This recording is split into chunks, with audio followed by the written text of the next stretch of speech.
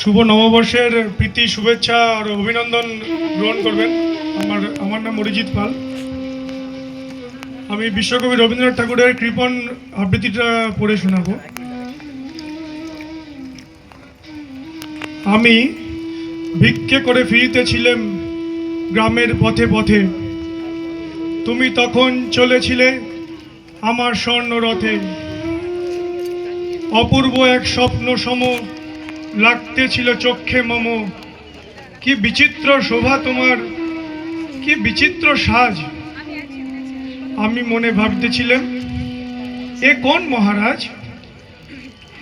আজি শুভক্ষণে রাত পোহালো, ভেবেছিলেন তবে আজ আমারে দাঁড়ে দাঁড়ে ফিরতে নাই হবে।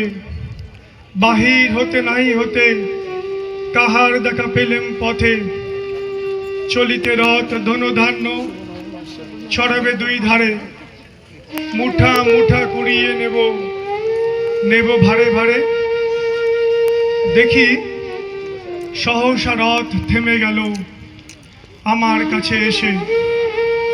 আমার মুখপানে চেয়ে নামলে তুমি হেসে। দেখে মুখের প্রসন্নতা জুড়িয়ে গেল সকল ব্যথা। হেন কালে কিসের রাজি তুমি অকস্মাৎ, আমায় কিছু দাও গো বলে বাড়িয়ে দিলে হাত।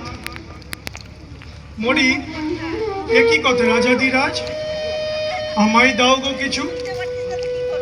শুনে ক্ষণকালের তরে রহিনু মাথা নিচু। তোমার কি বা অভাব আছে এই ভিখারি ভিক্ষুকের কাছে? এ কেবল কৌতুকের বসে আমায় প্রবঞ্চনা। ঝুলি হতে দিলেম তুলে একটি ছোট কণা। যবে পাত্রখানি ঘরে এনে উজাড় করি, দেখি ভিক্ষা মাঝে একটি ছোট সোনার কণা দেখি। দিলেম যাহার আজ ভিখারি স্বর্ণ হয়ে এলো ফিরে। তখন কাঁদি চোখের জলে দুটি নয়ন ভরে।